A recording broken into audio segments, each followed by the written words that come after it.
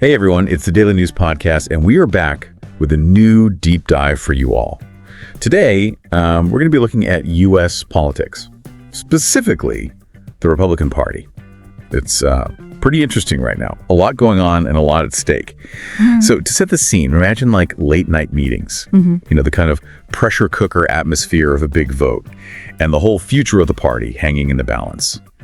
The main player in all this is Mike Johnson. He's the current Speaker of the House. They call him MAGA Mike. But get this, the MAGA wing of the party is actually revolting against him.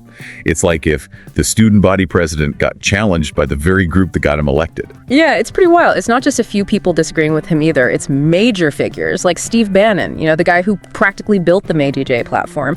He's openly criticizing Johnson's leadership. And then you've got people like Thomas Massie. He's a congressman, a pretty conservative guy. He's publicly said he won't vote for Johnson. Oh yeah, I read Massie's statement. It was pretty shocking. He didn't hold back at all. And then there's Lauren Boebert. She's willing to negotiate, but only if Johnson agrees to appoint Chip Roy as chair of the Rules Committee. Yeah, that's a big one. That throws a wrench in things. Big time. The Rules Committee basically decides what even gets voted on. So if you put someone like Roy in charge, he's known for being uncompromising. That would be a deal breaker for a lot of moderate Republicans. It sounds like a high-stakes poker game. Yes. Everyone's bluffing. Yeah. Trying to outmaneuver each other. And to make things even more interesting, you've got Donald Trump and Elon Musk publicly supporting Johnson. Right, and that might be backfiring. I've been following all the discussions online. There are a lot of MAGA supporters who are really skeptical of Musk. Oh, really? Yeah, they see him as an outsider. That makes sense. And they don't trust that he really shares their values. So they're kind of like, thanks, but no thanks to Musk's help. Pretty much. They're worried he might be trying to change the party. Which just adds to the tension. Yeah, exactly. And you have to remember that the Republicans only have a very small majority in the House. Right, it's really fragile. Super fragile, like a house of cards. Even 1 or 2 votes against Johnson could be enough to remove him as Speaker. And if that happens? Well, things could get very messy. So walk me through this. What are the possible consequences if Johnson loses? What does it mean for the Republicans and for the government as a whole? The fallout could be huge. Imagine crucial things getting delayed, like the certification of electoral votes. Oh, wow. That's the kind of delay that could shock the entire political system. So this isn't just some internal party fight. It could actually affect how the whole government works. Oh, absolutely. It's much bigger than just one man's career. It's like watching a political thriller. Definitely. But with real consequences for everyone. Yeah. That's scary. It is.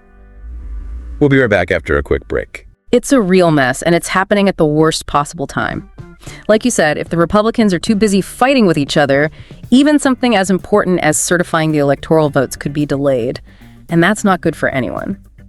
Speaking of messy threat, we should talk more about Elon Musk. You mentioned that some MAGA supporters aren't happy with him supporting Johnson. Why is that? What's making them suspicious? It is pretty weird, isn't it?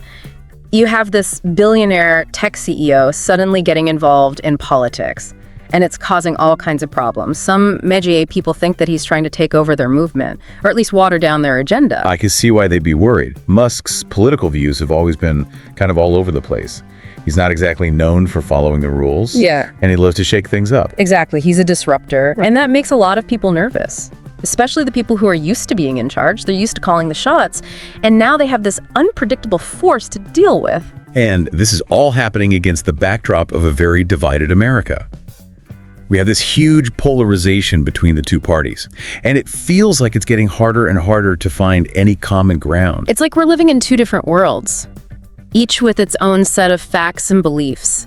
And social media just makes it worse. It creates echo chambers so people only hear what they already agree with. It's like trying to have a conversation across a giant canyon. Yeah. You're shouting at each other, but no one's actually listening.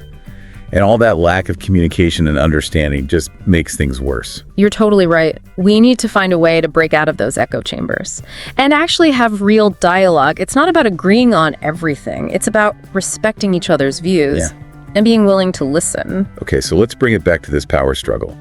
Let's say Johnson does manage to win this vote. What does that mean for his relationship with the MAGA wing?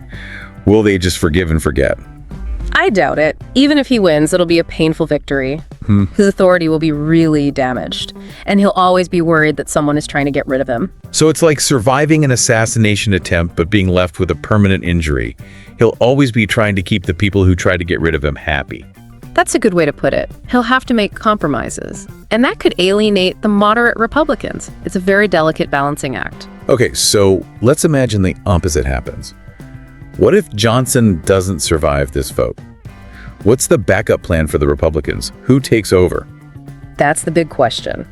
There are a few people who could take his place, but no one has the same level of support that he does.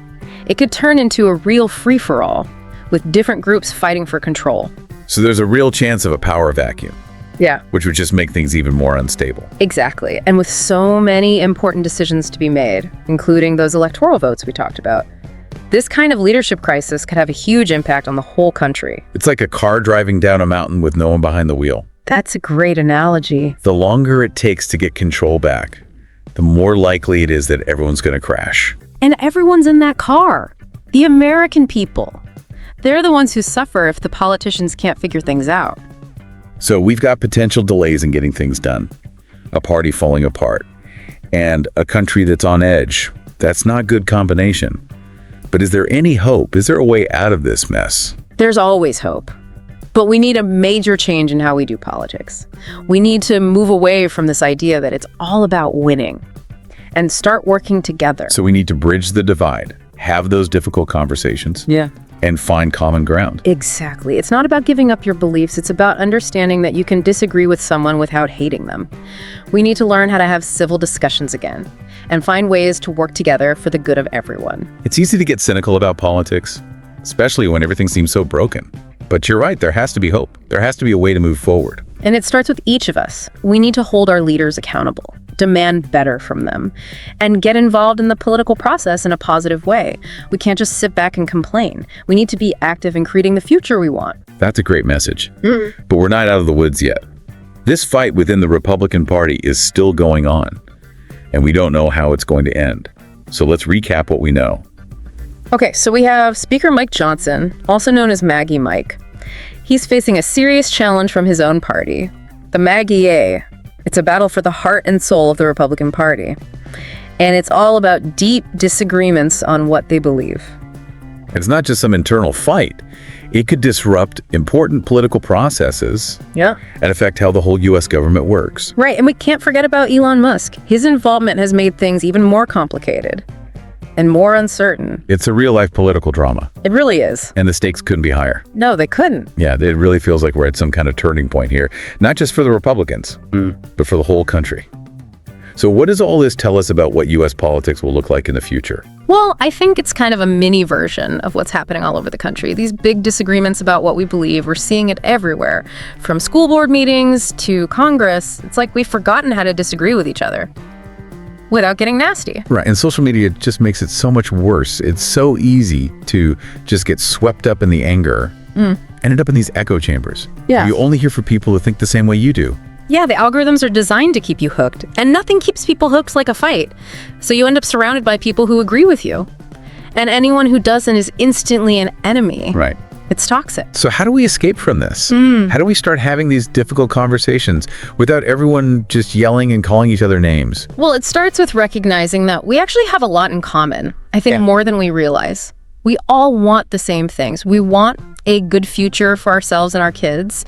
We want to feel safe. We may have different ideas about how to get there, but that common goal should be what we start with. It's like remembering we're all on the same team, even if we're wearing different jerseys. Exactly. We might not agree on the best strategy, but we all want to win the game. Exactly. And that means being willing to listen to each other, actually hearing what the other person is saying, even if you don't like it. It means going into those conversations wanting to understand, not just wanting to win. I know. It sounds so easy, but it's so hard to actually do. We're so quick to judge, to just write off anyone who sees things differently. Yeah, it's a learned behavior, and the media and the algorithms just keep reinforcing it, but we can unlearn it. We can choose to be more thoughtful, more respectful, even when we're talking to people we disagree with. It's like rewiring our brains so that we see the human being in everyone Exactly. no matter how different they seem. And that's what I want you to think about. How can you build bridges in your own life? How can you help make political conversations better? It's a challenge for all of us, and our democracy might depend on it. This has been the Daily News Podcast. Thanks for joining us for this deep dive. Stay informed, stay engaged, and most importantly, stay hopeful.